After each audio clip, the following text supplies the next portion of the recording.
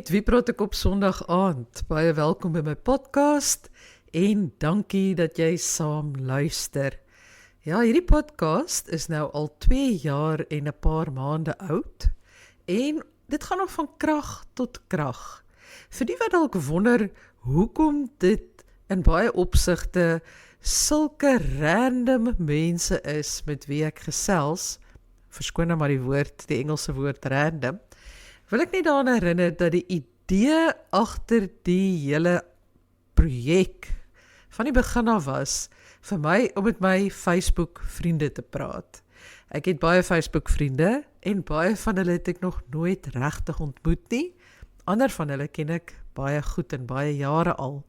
En ek wou graag 'n keer met almal wat op my Facebook is praat en van aangesig tot aangesig, want ek maak ook 'n video-opname, wou ek hulle 'n bietjie in die oë kyk en sien en hoor hoe hulle is en wat hulle alles doen. En ek moet sê, tot nou toe is dit een van die heerlikste projekte wat ek nog ooit in my lewe aangepak het. Vir myself is dit wonderlik om almal te ontmoet, want almal het 'n storie. En ek het soveel geleer. Ja, daar's net soveel dinge wat ek hoor in hierdie gesprekke. So as jy dalk dink, nee, ek wil nie na daai persoon luister nie, want ek ken die persoon glad nie, luister gerus, want daar is nie 'n enkele gesprek wat nie 'n bietjie pitkos bied, wat 'n mens se lewe interessanter en lekkerder maak, nee.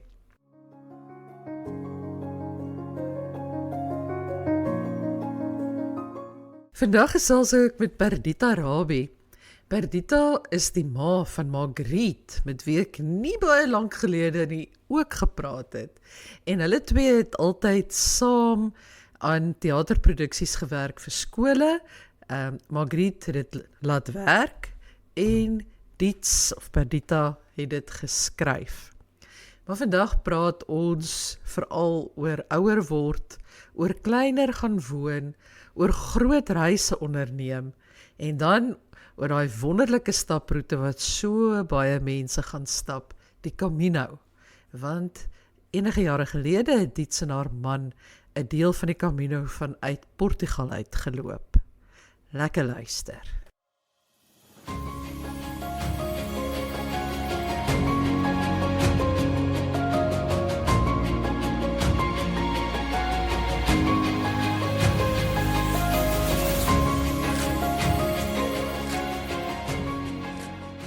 Geluk met die oumaskap. Dis wonderlik, Juliette, kan nie vir jou sê nie. Ek het nie besef dit is so wonderlik nie. Maar wat is dit? Want al my vriende wat nou al kleinkinders het, sê dieselfde ding. Wat dink jy is die rede daarvoor? Ek weet nie, ek dink is maar net onvoorwaardelike liefde, want jy's nie regtig verantwoordelik nie. En jy weet, jy dink terug aan jou eie kind, in my geval met Margriet, maar dis nie, ja, ek kan nie onthou nie, dis te lank terug, as my nou detail vra, van was ek so, of het ek dit, kan glad nie onthou nie, want ek bedoel, dis 36 years, of 35 years, en 40 jaar gelede, so die detail kan ek glad nie onthou nie, maar ja, dis net, jy het nie verantwoordelikheid nie, dis net love, dis net liefde.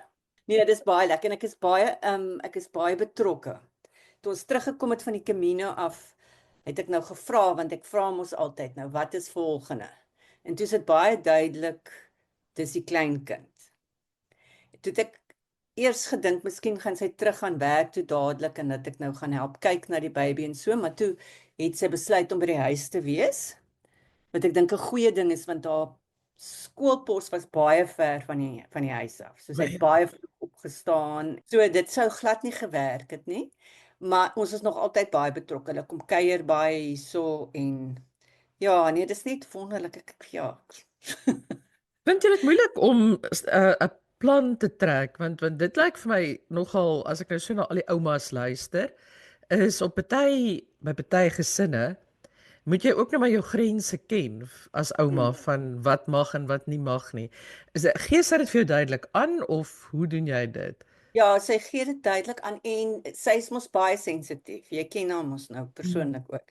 So sy's baie sensitief, so daar's glad nie 'n geval van sy misbruik of jy weet sy's baie respekvol oor dat ons ook 'n lewe het. Want ons het nooit gedink ons sal nader aan ons kinders trek nie. Ons het altyd na mense gekyk en gedink, nee, mens doen nie dit nie. Jy weet jy het jou eie lewe. Maar ek dink dit was 'n kombinasie van faktore. Ek het my pa se huis mos opgepak. My pa was mos 96 toe hy oorlede is en dit was so 2 jaar gelede. En ek het daai verskriklike huis opgepak. So net my broers is albei in Kanada en so ek moes alles doen. Hulle het gekom met 'n container en gevat wat hulle wou en my gelos met die gemors. Jy weet, ou skyfies, wetenskaplike chemikalieë, papier, jy weet, hy het mos tot aan die einde toe het hy papier bymekaar gemaak. Al die artikels, die wetenskaplike artikels en goed. En daai oppak van die huis het my net laat voel, ons moet ons lewe vereenvoudig. Ons kan nie as ons gaan hierdie gemors vir ons kinders los nie. Dit is net te verskriklik. En ja, en Fischerhaven is baie lekker. Dit is mos naby Hermanus en dit is 'n klein dorpie en is baie in die natuur en ons het dit vreeslik geniet, maar die huis was aanhoudende onderhoud. En ons het nou nie meer lus toe na ons gereis het, was ons nie meer lus daarvoor nie. Ons was net nie meer lus om die hele tyd jy weet, jy moet hierdie ding regmaak en daai ding regmaak en Jan is lief daarvoor om dit self te doen. Maar hy geniet dit nie regtig. Jy weet, hy sal dit doen, maar dis nie regtig. Ek sê mos altyd vir hom as hy dit nou regtig geniet het, dan is dit 'n ander saak. So ons het toe besluit ons gaan nou eenvoudiger lewe. En toe het ons 'n woonstelletjie hier in hierdie kompleks gekoop en dit was nou die kleinkinders, die ander kleinkinders is almal hierdie kant. Hulle is almal in die Kaap. O So ja. dit was nou baie lekker. As jy iets met hulle het, dan kan jy nou oorslaap. En toe besluit ons nee, hierdie woonstel is bietjie klein, nou het ons in 'n 3 slaapkamer woonstel ingetrek. So 'n groot aanpassing, maar dit is mooi hierso, dis naby die see en daar is lekker plante groei en daai tipe dinge en jy kan lekker stap hier binne veilig. So maar naby Margriet is die belangrikste. En Jan ook, lyk dit my. Die baby is mal oor oupa. Dit is like, you cannot believe it. Dis net, ja. As hy hom sien, hy trek vir haar gesigte en hy speel met haar en so, ja. Nee, so is baie lekker. Jy het nou 2 goed aangeraak wat vir my interessant is. Die een ding is, jy's nou die tweede mens in 'n redelike kort tyd wat ek hoor sê van jy het die verantwoordelikheid as ouer om nie so enorme hoeveelheid spulle na te laat vir jou kinders nie. Jy moet ruim jou eie gemors op basies. En die ander ding is daai kleiner gaan woon want ons bly in 'n nou nie 'n kasarm van 'n ou huis nie, maar is 'n redelike groot ruimte. En dit raak 'n storie om die plek te onderhou, veral die tuin en so. Nou dit begin 'n dingetjie word. Maar nou elke keer as ons nie, ons is dan nou nog nie heeltemal reg om kleiner te woon nie. Maar eintlik gebruik ons net 3 vertrekke in die huis, jy weet dit. Maar ek dink vir ons was dit omdat ons gereis het. Ons was mos so gelukkig. Ons het vir 2 jaar in 'n ry kon reis. Dit was, ek dink na my pa, dit was, jy weet, hy was lank uit 'n bietjie dementia gehad, nie erg nie. Maar ja, hy was nie gelukkig waar hy gewoon het nie en soos ek sê, ek was die enigste in 'n huur en ek en hy het nog 'n ingewikkelde verhouding gehad. So dit was vir my baie swaar. Jy weet die dutiful daughter en al daai goed was eintlik baie moeilik. En so ek dink ons het daarna besluit ons gaan onsself 'n bietjie beloon en ons gaan nou reis. En toe gaan ons Griekeland toe. Ons het eers na Johan, my seun wat in Georgië toe gewoon het, in die land Georgië, in Tbilisi. Het ons besluit ons gaan soontoe en dan gaan ons sommer daarna Turkye toe en Griekeland. Ek wou nog altyd Griekeland toe gaan en daarna Portugal toe. En want hulle wou Portugal toe trek. Toe besluit ons gaan dit nou uitkyk en hulle sal ons daar ontmoet en jy weet dan doen ons nou sommer al daai goede saam en dit was toe wonderlik. Jy weet dis vir my, ek dink as 'n skrywer is dit so wonderlik om alles te ervaar en ek het baie gepost daaroor, jy weet, ek het baie goed geskryf oor alles wat ek gesien het en foto's geneem en daai tipe dinge. So dit was regtig vir my wonderlik. Volgende jaar toe Johan hulle nou Portugal toe getrek en toe het hulle met hulle visum 'n ding van hulle moet uit die land uit gaan. En hulle het mos hierdie klein French bulldog. Toe stuur hulle vir ons kaartjies, ons moet die hond kom oppas. En die oomblik wat hulle toe nou die kaartjies klaar gestuur het, toe werk die visum ding uit en toe hoef hulle nou nie meer uit nie en toe het ons die kaartjies. Toe besluit ons, okay, ons sal nou inbetaal en nie die datums verander, want die datums wat hulle wou gehad het ons moet kom is nie eintlik goed nie. Toe betaal ons in en ons lê die oggend in die bed, dis nou ons gaan nou Portugal toe, na hulle toe. Toe lê ons in die bed en toe sê ons vir mekaar Portugal. Maar ons kan mos die Camino stap. Want ons wou dit altyd doen. Ek wil dit al jare lank doen. En ons het een keer byna dit reg gekry en toe dit nie uitgewerk het, het ons dit nie gedoen nie. Toe het ek maar vergeet daarvan. Jy weet, dit was my een van die goed wat ek wou doen, maar ek weet nou nie of dit. En ja, lê ons daarin besef, maar ons gaan in Portugal wees, dan kan ons dit mos nou doen. En dis hoe ons nou so geseënd was om 2 jaar in 'n ry te gaan en dan te gaan stap ook. En ek dink ook hierdie trek is ook deel daarvan dat ons nou wil 'n plek hê wat jy kan toesluit Ja, en dan kan jy weer gaan. Want ideaal gesproke regtig sou 'n mens meer, jy weet, mense is verdeel, dis hulle, jy ken dit seker met al jou dit hulle is almal in 'n verskillende, jy weet, en ek dink dis baie erg Suid-Afrikaanse verskynsel nou dat jou kinders die wêreld vol is. ja, Jy weet. nee, dat hier en daar wie weet waar. Dit is baie waar. Ek wil nou net eers by jou hoor oor Georgië. Mm. Hoekom het hulle toe nou besluit om nie meer in Georgië te bly nie? Weet jy, hulle Johannes mos gay, hulle is Ja. getroud, maar is baie homofobies daar. O, dis En Craig, ja, en Craig is ook bruin. So hy het 'n rassistiese voorval ook gehad. Was nou nie ernstig nie, maar ek dink die politiek het ook daar begin verander dat dit jy weet dit begin lyk asof dit gaan lelik raak wat dit betref. En ja, so hulle het aanvanklik soontoe gegaan omdat dit goedkoop was en omdat daar ook baie die visum voorwaardes van jy weet vryskut werk of online werk was baie goed. O ja. So dit was maar ek dink die idee was altyd dat hulle sou later weer iewers anders in Europa gaan. Jy weet, so dit was maar 'n tussentydse ding en dit's baie mooi daar.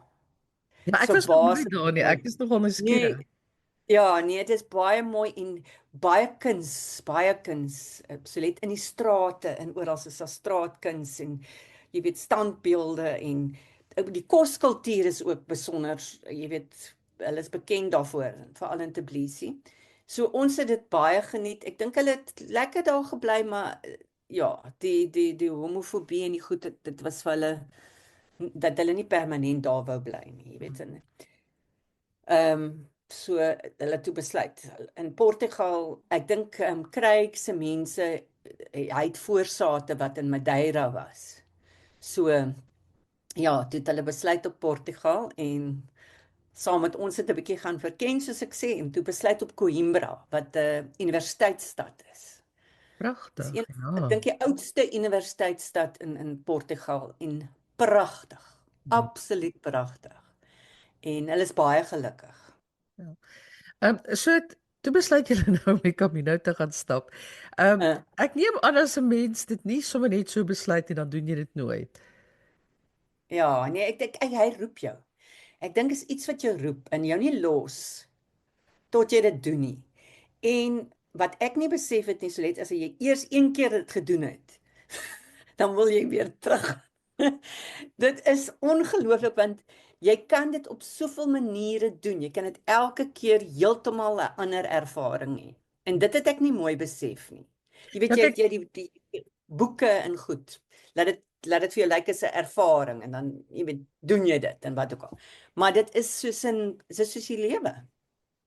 Jy neem soveel verskillende besluite vir elke dag van waar jy gaan wees en hoe lank jy gaan stap of wat jy gaan doen, dat jy letterlik oor en oor dit sal kan doen en elke keer totaal anders jy weet voel.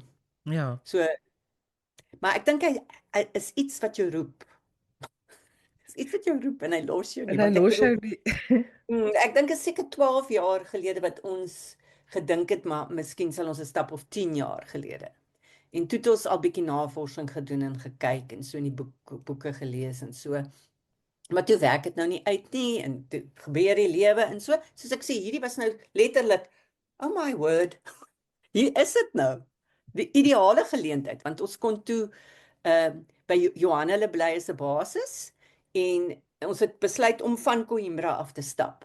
Ons sou van Porto af kon begin het as ons wou, maar ons het besluit ons stap van Coimbra af. By die voordeur uit. Ja, by die voordeur uit van van die kathedraal in Coimbra af het ons begin. En dit was so cute daar die vrou wat vir ons die eerste stempel gegee het. Sê toe waarheen gaan julle en ons sê toe waarheen ons die eerste aand gaan slaap. O, sê sy. Gaan julle in die albergie wees? Ek sê ons weet nie. Sy sê maar as jy soontoe gaan, sê vir so en so ek sê groete. Ongelooflik. So hele netwerk en wat ook al en ons het wragtig die ou ontmoet en ons het hom gesê sy sê groete. So ja. Dit Want was ek nou dink wat baie mense dalk of nie, die meeste mense weet dit waarskynlik, dit het my lank gevat om dit uit te figure, is dat jy kan basies 'n pelgrimspad van enige hoek af aanpak, né? Dit is die Camino is een groot punt, maar uiteindelik lei alle paaie na Rome natuurlik, waar ja, ja. jy sou kon opeindig. Mm. En jy het nou van daar af geloop, want dit is nou waar julle seun is. Sou jy dan, Mm. as jy dit 'n volgende keer doen, uit 'n ander hoek uit benader of sal jy weer presies dieselfde roete loop? Nee, Jan wil hierdie keer van Frankryk af. Hy wil die Franse ene doen. En ja, hy het gesê dis dubbel wat ons nou laas gestap het. Ons het laas 397 volgens ons sertifikaat kilometers gestap, maar dis 450 omtrent het hy geskat. En dis nou die Portugese pad wat ek dink die naaste aan die oorspronklike pelgrimstog was. En dit is ja, ons het die kuspad gestap. Kyk, hy's mos in die vloot gewees, so hy's baie lief vir die see. Op die ou uiteinde was ek liewer vir die kuspad as wat hy was. Maar ek dink hy het gesê dis vervelig. Dis net see. Ons moet nou binneland toe. Dit nie heeltemal waar is nie, maar binneland is daar baie meer van die dorpies en die goed. So ja, jy kan letterlik, ons wil van Frankryk afstap, dan stap jy oor die Pyreneë. So dit is en dis blykbaar baie kwaai, daai eerste. Ek bly my kop knik, maar binne in my gaan dit wow. Ja, nee, daai's hektiek dink ek. Daai's baie hektiek. Kyk, ons het baie gestap, maar net elke dag gestap. Ons is nie groot hikers of so nie. So ons het elke dag gestap, maar die ding wat ons dink ek nie gedoen het nie is om met die rugsak te stap. So dit vat baie om gewoon te raak daaraan, jy weet. Die raad oor die blaase en die goed het alles goed gewerk. So maar dit is nogal regtig fisies baie veel eisend. Jy weet dit is jy voel partykeer dit vir my begin aan die begin gevoel asof jou bene deur jou voetsool druk. Jy weet so van die gedurende stap. Maar hulle sê you must walk through it. En is letterlik so, hoe meer jy stap, hoe makliker raak dit. Maar ek dink die geheim is ook om regtig jou eie pelgrimstog te stap. So met ander woorde, jy gaan nie vir jouself sê ek moet soveel kilometer 'n dag doen nie of ek moet dit doen nie. Jy doen dit volgens wat jou liggaam of jy weet soos dit uit in die oomblik is. Ons moes dit letterlik doen, ons het griep gekry. Oei. En ons het besluit ons gaan dan baie minder stap 'n dag. Want ons was nou nie heeltemal gestop het nie, maar so toe minder gestap en jy weet dit net rustig gevat tot ons weer in die ritme gekom het. Hulle sê baie keer ook jy moenie te vinnig stap aan die begin nie of te veel probeer doen aan die begin nie. As jy weet net in die ding inkom. Maar ja, ek het die gewig op die rug, alhoewel ons probeer het om baie min te vat, ek kan nou nie onthou hoeveel ons gehad het op die ou uiteinde nie, maar En dit het ook 'n mens geleer hoe min jy kan klaarkom. Ja, ja, ek kan dink. En hoe lekker dit is, hoe bevrydend dit is om Ja. so min te hê. Kyk, jy sê nou, jy het toe nou minder gestap, maar jy weet, ek woon in 'n Nederland waar alles ontsettend gereguleerd en beplan is. Kan ek my voorstel dat ons maande voor die tyd al elke plekkie waar ons sou gaan slaap bespreek met die vrees dat Mm. ons dit dalk nie gaan 'n plekkie kry nie en hoe maak jy dan nou as jy dan nou op 'n dag besef o land, maar ek gaan nou nie daar uitkom nie? Of het julle elke Ja. dag vir die volgende dag bespreek? Ja, ons het besluit. Janus mos by Seeds of the wat is dit? Wat noem hulle dit man? Maar hy's heeltemal spontaan en hy hou nie van beplanning nie. Ek is nie teenoorgestel. Ek is absoluut teenoorgestel. So ons het 'n kompromie aangegaan en ons het net so 'n paar dae vooruit bespreek. Of eintlik aan die begin die volgende dag bespreek. Maar dis eintlik baie maklik. So net is booking.com. Want ons het op die ou uiteinde nie in die albergies gebly nie. Ons het eers die aand probeer, dis dit vol, en ek net die hele gedagte van 'n dorm en al die mense en wat ook al het nie vir ons, een van ons nou eintlik aangestaan nie. So ons het besluit ons gaan privaat kamers doen. So baie mense bespreek alles vooruit. Hulle bespreek, maar dan is hulle gebind aan hulle moet daai dag daar kom en wat ook al. Ander mense doen dit weer heeltemal, hulle stap en dan vind hulle plek in die albergie. In party seisoene dink ek kan dit nogal lol, want jy kan dan 'n geval hê van daar's baie mense en jy kry nie plek nie en of jy moet jaag. Jy moet jaag om daar te kom want jy wil 'n bed hê. Ja. So ons het gesê dis nie die punt nie. Dis glad nie die punt nie. Die ervaring is die punt. So ons het letterlik net aan die begin 'n dag vooruit, ons het gaan kyk en ons besluit, okay, vandag het ons soveel kilometer gestap. Ons dink ons kan dieselfde doen of ons moet 'n bietjie minder loop of wat ook al en dan het ons gaan kyk want die gidsboeke sê nogal vir jou lekker waar is daar verblyf en waar is daar nie verblyf nie. Maar booking.com. So ons het baie basiese pensions of hotelle of albergies wat privaat kamers gehad het ons gedoen. En ons het maklik dit gekry. Ons het nie die eerste aand was die albergie wat baie bekend is en dis die ou wat nou groete gekry het. Hy was dierbaar. Ons het redelik laat daar aangekom en toe sit vol. Toe vat hy ons na vriende toe, na iemand, jy weet, 'n ander plek toe. Ja, in sy eie kar sonder vergoeding opgelaai, gesê nee, ons vat jou soontoe. En jy weet, en toe het ons dadelik plek gekry. So ja, vir ons het dit gewerk en dan aan die einde het ons besluit, okay, nou is ons redelik in ons ritme, ons weet hoeveel ons kan stap, nou kan ons maar so 2 aande vooruit. Maar as ek dit nou weer oordoen, dan sou ek meer ruimte nog wou laat, dat jy kan bly as jy wil. Party mense het wat hulle noem 'n rest day en dis nou as jy 'n spesifieke plek het en jy hou baie daarvan. En dis eintlik wat jy wil hê. Jy wil daai buigbaarheid hê dat jy kan. Ja. Besluit, okay, nee, maar ek hou baie van die plek. Ek gaan nou 'n rukkie hier bly. Want jy sien net 'n gedeelte, jy weet, jy kom nogal partykeers laat daaraan of wat ook al, so jy ervaar nie al die plekke nie.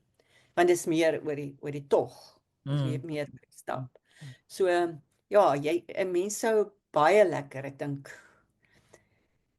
as jy dit weer doen, sou jy dit so ek sê, jy kan halfpad so doen en ander ek vind nou gaan ek dit anders doen. Ja. So dit is my nogal die geestelike half aspek daarvan is om te leer. Dit is hoe die lewe is. Ek moet aanpasbaar wees. Ek moet okay, nee, dit werk nie. Kom ek doen iets anders.